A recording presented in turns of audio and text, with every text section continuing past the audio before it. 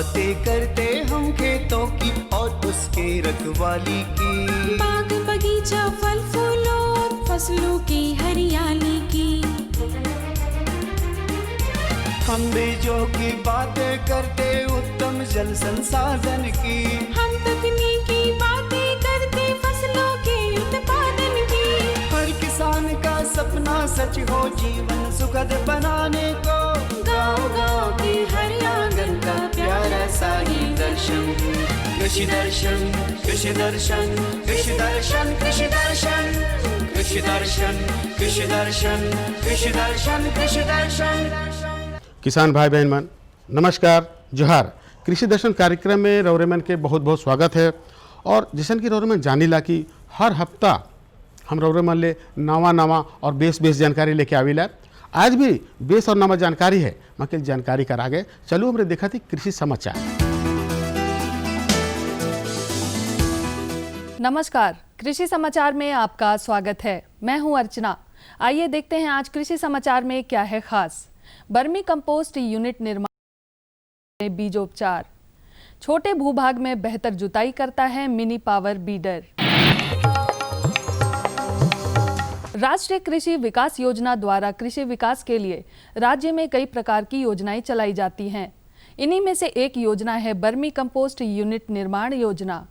इस योजना के अंतर्गत लाभुक का बर्मी कंपोस्ट की प्रति यूनिट के निर्माण की लागत खर्च का 50% राशि अनुदान में दी जाती है। इस योजना से जहां एक और राज्य में जैविक खेती को बढ़ावा मिल रहा है, वहीं राज्य के किसानों की आमदनी में वृद्धि भी हो रही है। रबी के मौसम में सब्जी की खेती हमारे राज्य में लगभग हर क्षेत्र में होती है। सब्जी की फसलों में एक समस्या होती है मुरझा रोग की, और साथ ही कई प्रकार के मिट्टी जनित रोगों के लगने की संभावना भी रहती है। इन समस्याओं से बचने के लिए फसल लगाने से पूर्व बीजों को कैप्टान या बेविस्टीन इत्यादि दवाओं द्वारा उपचारित कर लेना बेहतर होता है। लत्तेदार सब्जियों में कद्दू, करेला, झींगी इत्यादि प्रमुख हैं।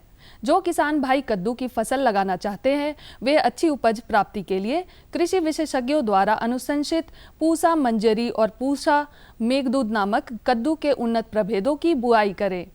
निश्चित तौर पर आपको लाभ होगा। झारखंड की मिट्टी और जलवायु में अच्छी उपज प्रदान करती है कद्दू की पूसा मंजरी और पूसा मेघदूत किस्में। कद्दू की ये किस्में विशेषकर गर्मा फसल के समय लगाया जाता है। पूसा मेघदूत और पूसा मंजरी किस्में रोग रोधी होने के साथ अच्छी फलन क्षमता वाली होती है। इसके फल लगभग 1 से 1.5 फीट लंबे होते हैं। इनकी इन्हीं विशेषताओं के कारण बाजार में इसकी अच्छी मांग रहती है। टमाटर और बैंगन जैसी सब्जियों में अगेती झुलसा रोग लगते हैं। इस रोग की अवस्था में पत्तियों पर धब्बे पड़ जाते हैं। अधिक प्रकोप की स्थिति में पत्तियां सूख जाती हैं। अगेती झुलसा रोग के नियंत्रण के लिए प्रभावित पौधों को उखाड़कर फेंक देना ही चाहिए और डाइथेम एम नामक दवा 2.5 मिलीलीटर प्रति लीटर की दर से घोल बनाकर छिड़काव करना लाभप्रद होता है।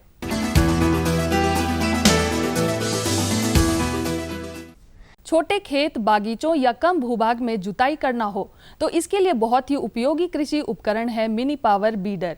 मोटर चालित यह मिनी पावर बीडर बहुत ही कम समय में खेत को बुआई के लिए तैयार कर देता है। इस उपकरण को मिनी पावर बीडर कहते हैं।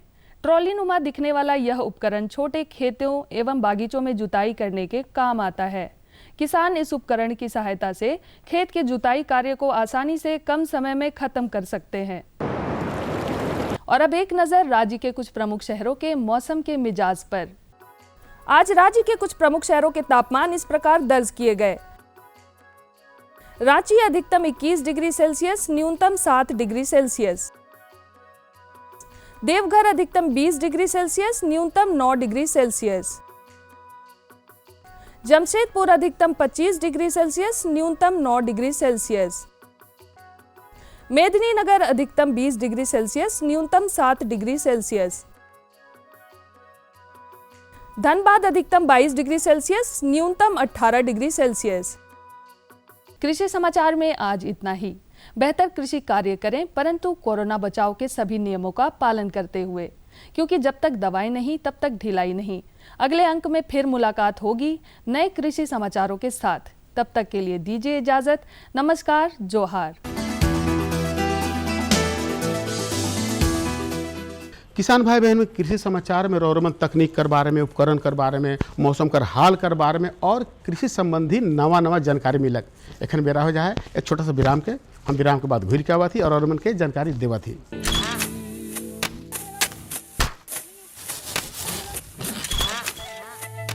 भारत एक कृषि प्रधान देश है। भारतीय अर्थव्यवस्था में कृषि एक मुख्य स्तंभ की तरह है और हमारे किसान अन्नदाता। लेकिन कभी कभी प्रकृति के सख्त तेवर के कारण हमारे किसानों को उचित कृषि उत्पाद हासिल नहीं हो पाता। ऐसी स्थिति में उन्हें सुरक्षित रखने के लिए प्रधानमंत्री फसल बीमा योजना प्रदान की गई है। प्रधानमंत्री फसल बीमा योजना को किसानों तक पहुंचाना और उन्हें लाभान्वित करने का काम बैंक और राज्य स्तरीय बैंकर समितियां यानी SLBC की हैं। इनमें सार्वजनिक और निजी वाणिज्यिक बैंक के अलावा क्षेत्रीय, ग्रामीण, सहकारी बैंक के साथ साथ कई प्राथमिक कृषि सहकारी ऋण समितियों को भी शामिल किया गया है। इस योजना का लाभ उठाने के लिए किसानों का नामांकन जरूरी है। इस समय 540 बैंक की 1.5 लाख शाखा के द्वारा किसानों का नामांकन किया जा रहा है। प्रधानमंत्री फसल बीमा योजना एक कारगर उपाय है। ये हमारे लिए सुरक्षा कवच की तरह है। फसल अगर बर्बाद भी हुई तो भी हमें मुआवजा मिल जाता है। जमीनी स्तर पर की गई समीक्षा और अध्ययन के आधार पर कृषि मंत्रालय भारत सरकार की योजना प्रधानमंत्री फसल बीमा योजना में कई बदलाव किए गए हैं। इस बदलाव के कारण किसानों की समस्याओं का निदान कर उन्हें और सशक्त बनाया जा सकेगा। इसके अलावा SLBC और बैंकों के कार्यों और भूमिकाओं को और अधिक विस्तृत किया गया है। इसके अंतर्गत प्रधानमंत्री फसल बीमा योजना में किसानों का नामांकन अब उनकी इच्छा पर निर्भर है। वो नामांकन के लिए स्वतंत्र हैं। योजना के बेहतर कार्यान्वयन के लिए बैंकों के कार्यों में किसान अकाउंट के दावे का निपटान, ऋणी किसानों का प्रीमियम काटना और गैर ऋणी किसानों से प्रीमियम जमा करवाकर बीमा कंपनी को भेजना, राष्ट्रीय फसल बीमा पोर्टल पर किसानों के विवरण की अपलोडिंग, फसल हानि की समीक्षा को सुनिश्चित करना और किसानों की फसल हानि की सूचना बीमा कंपनी तक पहुंचाने का काम भी बैंकों के द्वारा ही किया जाएगा। इसी प्रकार योजना को क्रियान्वित करने वाले बैंक योजना से संबंधित विशेष जागरूकता अभियान को समय समय पर ऋणी और गैर ऋणी किसानों के लिए आयोजित करेंगे। ऋणी किसानों को योजना में भाग लेने के लिए उन्हें कॉल या SMS के द्वारा भी संपर्क और सूचित किया जाएगा। नामांकन की सुविधा के लिए जन धन खाता या बचत खाते का होना जरूरी है। गैर ऋणी किसानों का बैंक में खाता मौजूद नहीं है तो पहले उनका बचत खाता खोलकर सभी सुविधाएं दी जाएंगी। बैंक की शाखाओं को घोषणा पत्र की हार्ड और सॉफ्ट कॉपी को भविष्य में पत्राचार के लिए संभाल कर रखना होगा और उसकी एक कॉपी या एक्नॉलेजमेंट किसान के हवाले किया जाएगा। नामांकन के लिए कट ऑफ डेट से 2 दिन पहले तक बीमा के लिए फसल का नाम बदलने का प्रावधान होगा। बैंक की शाखाएं नेशनल क्रॉप इंश्योरेंस पोर्टल पर सभी विवरण भी दर्ज करेंगी। सभी किसानों और विशेष ऋणी किसानों के आधार नंबर को जांचकर बैंक द्वारा अपडेट किया जाएगा। राज्य और जिला अधिकारी, संबंधित एजेंसी और बीमा कंपनी के समक्ष किसानों को शिकायतों की सुविधा प्रदान करने का काम भी बैंकों के द्वारा किया जाएगा। SLBC बैंकों के लिए स्थापित एक शीर्ष संस्था है। यह संस्था राज्य सरकार और भारत सरकार के साथ समन्वय स्थापित कर सदस्य बैंकों के द्वारा प्रधानमंत्री फसल बीमा योजना को क्रियान्वित कर भारत के किसानों को सशक्त करने का काम कर रही है और उसका सीधा लाभ हमारे देश के किसानों तक पहुंचाया जा रहा है। सशक्त किसान, देश की शान। तो किसान भाई बहन मन जानकारी तैयार हो जाओ। आज कर जो जानकारी है वो बहुत बेस है, बहुत सुंदर है। ये जानकारी है हम इके लेकर है बंद गांव से। अब यहाँ कर जो किसान है इमन बहुत लाभान्वित हुआ हैं। कैसे हुआ था कि भाई तसर कर खेती करके इमन पहले बीच में औने पौने दाम में दे देवत रहे, मगर नहीं। अब का होला कि तसर बैंक खुल जा है और तसर बैंक में जाए करके ये अपन तसर के देवत हैं और वहाँ से बढ़िया मुनाफा लेवात है, बढ़िया फायदा लेवात है। एक का होलक कि बिचौलिया मन कर फायदा खत्म हो गलक और सीधे किसान मन के फायदा मिलत है।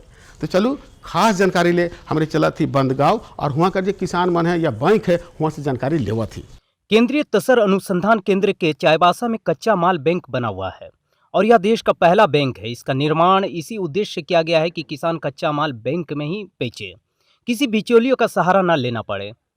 तसर रेशम कीट पालन एवं धागाकरण कर इससे जुड़े लोग आर्थिक रूप से समृद्ध हो, सरकार का बस यही उद्देश्य है। किसान भाइयों, आज हम चाईबासा में उपस्थित हैं। जैसा कि आप लोग जानते होंगे कि तसर उत्पादन क्षेत्र में झारखंड अग्रिम राज्यों में से एक है। झारखंड के तसर एवं रेशम की मांग बाज़ारों में कहीं अधिक है, इसीलिए तसर अनुसंधान केंद्र द्वारा तसर बैंक को संचालित किया जा रहा है, जिससे किसान अपने तसर के कोकून को उचित मूल्यों पर बेच सके। यहाँ चाईबासा के रॉ मटेरियल बैंक में हमें जब यहाँ पे हम लोग को पता चला है कि यहाँ उसका जो हम लोग का देखे हैं, तो जब से पता चला है यहाँ कोकून लाते हैं और यहाँ से सही मुनाफा और सही रेट मिलता है, इसीलिए हम लोग यहाँ लेके आते हैं। कितने दिनों से यहाँ जो है आप अपना कोकून दे रहे हैं? यहाँ से दे रहे हैं हमें मेरे लाइफ में 5 साल से दे रहे हैं। इससे पहले आप कहाँ बेच पाते थे इसको, कहाँ देते थे, उसका क्या मूल्य मिल पाता था? उससे पहले तो बाज़ार में देते थे, बाज़ार में बिचौलिए लोगों के साथ लेना देना कर रहे थे। तो बाद में जब रॉ मटेरियल बैंक यानी कच्चा माल बैंक में पता चला तो यहाँ बहुत कम पैसा दे रहे हैं।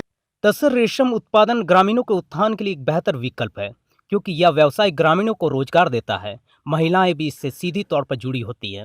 इस रोजगार में बीज उत्पादन में कम निवेश से ही अधिक लाभ हो सकता है। ये तसर की खेती हम लोग बहुत पहले से करते हुए आ रहे हैं और अभी भी कर रहे हैं। पापा लोग भी बहुत पहले से ही करते आ रहे हैं, तो अच्छा लाभ मिलता है उससे।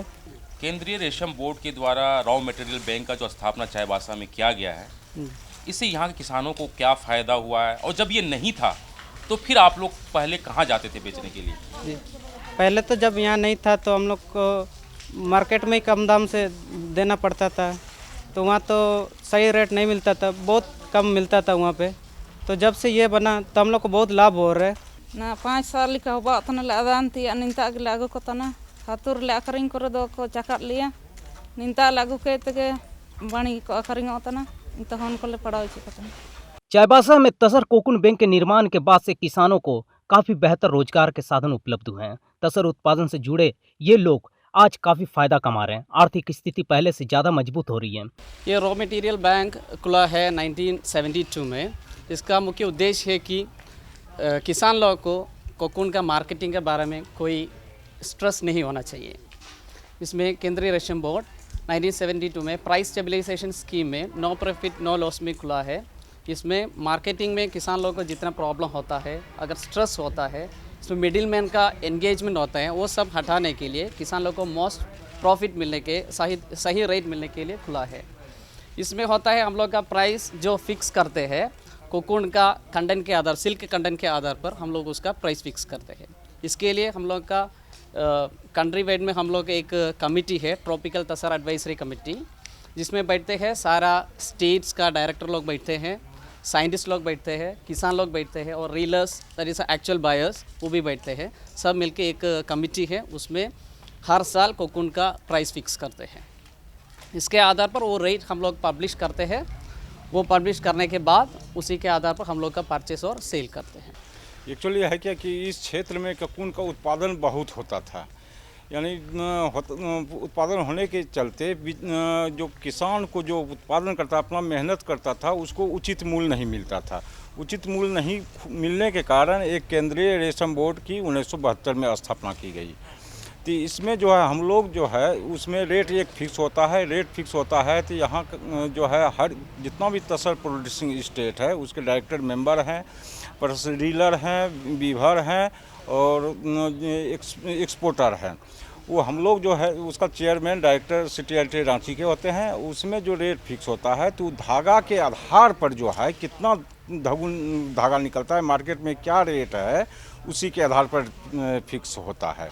अब जी यहाँ जैसे मान लीजिए खरीदने के लिए हम लोग जाते हैं तो हम लोगों का रेट फिक्स हो गया कि भाई कि एक ककून का कीमत जो है 3 रुपया 20 पैसा। हम लोग हाट जाते हैं, अपना पंपलेट ले जाते हैं, इसलिए इसके बाद हम लोग जो है उस आधार पर किसान को पंपलेट देते हैं और हम लोग बैठते हैं चट्टी, ऐसे ही चट्टी बिछा करके बैठे हुए रहते हैं। किसान को कहते हैं कि भाई कि हम इससे कोई अधिक रेट देता है तो आप लोग वहाँ सेल कर दीजिए, और उससे कम में देता है तो कम में आपको नुकसान हो जाएगा, इसीलिए हम लोगों के ऑफिस में आप दीजिए। किसानों की उद्यमता बढ़ाने के लिए तसर उत्पादन से जुड़े क्षेत्र में प्रशिक्षण भी दिया जाता है ताकि किसान बेहतर से बेहतर कार्य इस क्षेत्र में कर सके, बेहतर उत्पादन कर सके और बेहतर कमाई भी कर सके। प्रशिक्षण लेने के उपरांत जहां तसर की गुणवत्ता भी बढ़ती है, वहीं किसानों को दोहरा फायदा भी होता है। जब तक प्रोडक्शन जो भी हो रहा है, किसान जो प्रोड्यूस कर रहा है उसकी मार्केटिंग, उसको बेच नहीं पाएगा, तब तक उसका लाभ किसान को नहीं मिल पाएगा और कोई भी क्षेत्र आगे नहीं बढ़ सकता है। तो बिल्कुल उसी आधार पे हमारे भारत सरकार ने केंद्रीय रेशम बोर्ड के तहत 1972 में के रॉ मटेरियल बैंक की स्थापना की। इसके पीछे उद्देश्य ये था कि किसानों को उचित मूल्य मिल सके उनके प्रोडक्ट का, क्योंकि तसर प्रोडक्शन जो है वो आज का नहीं है, सैकड़ों साल से चला आ रहा है और इसका एक अपना मार्केटिंग सिस्टम डेवलप कर चुका था बिना समझे हुए, जिसमें बहुत सारे बीच के लोग हैं जो कोकून खरीदते थे किसानों से और उनको जो रील करते उनको देते थे और उसके बाद कपड़ा निकलता था। तो होता यह था कि किसानों को पता भी नहीं रहता था कि उन्होंने जो प्रोडक्शन किया है उसका रेट क्या होना चाहिए था। जो भी उनको लाके हाथ में दे जाता था वो बेचारे उसको खुशी से ले लेते थे। तो केंद्र सरकार ने ये पाया कि किसान इसमें हमारे जो हैं वो काफ़ी एक्सप्लॉइट हो रहे हैं, तो उसमें ये रॉ मटेरियल बैंक की स्थापना की गई। इसके पीछे वही जैसा मैंने कहा उद्देश्य ये था कि किसानों को उचित मूल्य मिल सके, जितना वो प्रोड्यूस कर रहे हैं उसका उचित मूल्य मिल सके। और जैसा आपको पहले ही बताया गया है कि इसका हमारी एक तसर एडवाइजरी कमेटी होती है जिसमें सारे तसर प्रोडक्शन स्टेट जो हैं उनके लोग बैठते हैं, रीलर हैं वो बैठते हैं, फार्मर वो बैठते हैं और सब मिलके उस साल क्या रेट होना चाहिए वो फिक्स करते हैं। तो उसमें हम जो धागा है उसका क्या दाम चल रहा है उसको लेते हैं, प्लस इस साल की फसल कैसी हुई उसको भी अकाउंट में लेते हैं और एक हम ऐसा रेट बनाते हैं ताकि उस रेट पे किसान को भी फ़ायदा हो और रीलर को भी घाटा ना हो, क्योंकि हमको रीलर को भी देखना है। हम सिर्फ किसान का फ़ायदा नहीं देखते हैं, रीलर को भी फ़ायदा होना चाहिए। तो वो रेट हम फिक्स करते हैं। उस रेट पे वो रेट जो है, हमारा आइडिया ये होता है कि चूँकि हमारी क्षमता सीमित है, अब इतना लाखों करोड़ों कोकून पैदा होता है तसर का, सारा कोकून खरीद के सरकार अपने स्टोरेज में नहीं रख सकती है। हमारा उद्देश्य ये होता है कि हम अपनी उपस्थिति दर्ज कराएं, मार्केटिंग सिस्टम में अपनी उपस्थिति दर्ज कराएं और एक तरह से अदृश्य उपस्थिति, ताकि ये जो संवाद है, ये जो इन्फॉर्मेशन है, ये खरीदने वालों से लेके बेचने वालों तक पहुँचे कि ये रेट है और अगर आप इस रेट पर नहीं खरीदेंगे तो सरकार खड़ी है, वो फार्मर से ये रेट में कोकून खरीद सकती है। बताओ भाई, ये जानकारी रौरेमन बेच रहे नहीं। एगो और जानकारी है, वो जानकारी है कि अगर रौरेमन आंबा कर खेती करा थी, लीची कर खेती करा थी, तो मंजर आवे कर पहले उकर देखभाल कैसे करल जाए, ये तो बहुत जरूरी है। आंबा कर सीजन आवत है, लीची का सीजन आवत है, ये दोनों सीजन से पहले, जैसे मंजर आवे से पहले उकर देखभाल हमके कैसे करे के है। तो चलू हम सीधे चला थी अपन विशेषज्ञ के पास और जानकारी लेवा थी। नमस्कार किसान भाइयों, जैसे अभी बहुत अच्छा एक समसामयिक विषय है कि जिस पे हम बात करेंगे। पहला ये समसामयिक विषय इसलिए भी है कि हम झारखंड में देखते हैं आम एक मुख्य, आजकल जैसे मनरेगा जब से कार्यक्रम चालू हुआ है, इसमें बहुत सारा आम की जो बागवानी है जगह जगह पे लगाई गई है। इसके साथ में लीची, जो यहाँ का लीची विशेष है कि जब बिहार में मुजफ्फरपुर से लीची आता है तो यहाँ से 10 से 15 दिन पहले उचित अच्छी क्वालिटी का लीची आता है। लेकिन जैसे हम बात कर रहे थे समसामयिक कि कैसे अगर हम आम और लीची में जो मंजर है वो आने वाला है, तो उसका हम कैसे पौधों का उचित देखभाल करें जिससे हमारा जो फलन है, जो पुष्पन है और अच्छा फलन मिले। किसान भाई, इसके लिए ध्यान देने की ज़रूरत है कि हम कई बार हम सोचते हैं कि जैसे मंजर आएगा, फल लगेगा, हम तोड़ लेंगे, लेकिन ये ज़रूरी नहीं है। अगर हम अच्छा फलन लेना है तो पौधे को अच्छे से देखभाल करनी है।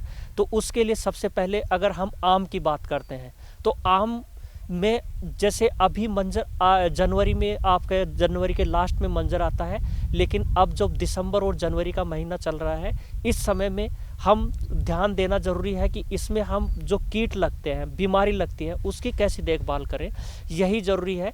और मैं बताना चाहता हूँ कि जैसे अगर तापमान कम रहता है, जब कम तापमान रहता है तो उस कम तापमान पे आम में हम आमतौर पर देखते हैं कि जैसे ही मंजर निकलता है तो उस पर मंजर झुलसा रोग आ जाता है। किसान भाई, अगर मंजर झुलसा रोग जब पहले से आ रहा है, आपको ये ध्यान देने की ज़रूरत है कि झुलसा रोग आने के लिए उसका जो स्पोर्स है जो पहले से रहते हैं, तो इसके लिए पहले आपको जो मंजर झुलसा रोग है उससे रोकने की ज़रूरत है। क्योंकि अगर वहाँ पे बारिश भी हो जाती है तो कई बार हम देखते हैं कि पूरा मंजर झुलस करके आपका डंठल बचता है। तो उसके लिए हम यहाँ पे एक अनुशंसित करते हैं कि मंजर आने से पहले आप एंट्राकोल 1.5 ml प्रति लीटर पानी में, या जो अभी मार्केट में मिल रहा है कार्बारिल जो 22 के नाम से मिलता है, 1 ग्राम प्रति लीटर पानी के हिसाब से मंजर आने से पहले ज़रूर एक छिड़काव करें। उससे क्या होगा, जो बीमारी के जो स्पोर्स हैं वो ख़त्म हो जाएंगे। दूसरा कि कई बार हम देखते हैं, आमतौर पर हर जगह नहीं है लेकिन कुछ कुछ जगह पे देखते हैं, मीली बग्स क्या होती हैं, ज़मीन में एक छोटा अंडा दे के रखती हैं पिछली साल वाली, और उनसे बच्चा निकलता है और वो चढ़ करके तने से चढ़ता हुआ ऊपर की तरफ आपका जहाँ मंजर लगता है वहाँ पे फिर रस चूसना शुरू करता है। यह आमतौर पर आपका दिसंबर के लास्ट में और जनवरी के पहले सप्ताह में आपको आम के तनों पे चढ़ती हुई दिखाई दे देगी। अगर ऐसा हो रहा है, आप ध्यान से देख रहे होंगे, अगर आपके बगीचे में जा कर के आम में अगर ऐसा हो रहा है तो आप उसके तरफ जो आपका जो तना है आम का, उसके चारों तरफ में पॉलीथीन बांध करके और उस पे ऊपर और नीचे जो पॉलीथीन बंधा हुआ है उसके ऊपर और नीचे की साइड में ग्रेस लगा दीजिए। उससे क्या होगा कि जो मंजर जो उसके मीलीबग के जो बच्चे ऊपर चढ़ रहे हैं वो वहाँ पर चिपक करके मर जाते हैं, ऊपर नहीं चढ़ पाते। अगर एक बार ऊपर चढ़ गए तो आपको फिर छिड़काव करने की ज़रूरत पड़ती है, जो हमारा अनावश्यक रूप से खर्च बढ़ जाता है। तो इसके लिए एक बहुत आसान सी तकनीक है, इस समय में आप पॉलीथीन का चारों तरफ एक लेयर लगा करके और ऊपर उसके ऊपर ग्रीस लगा दे जिससे ऊपर चढ़ नहीं पाए।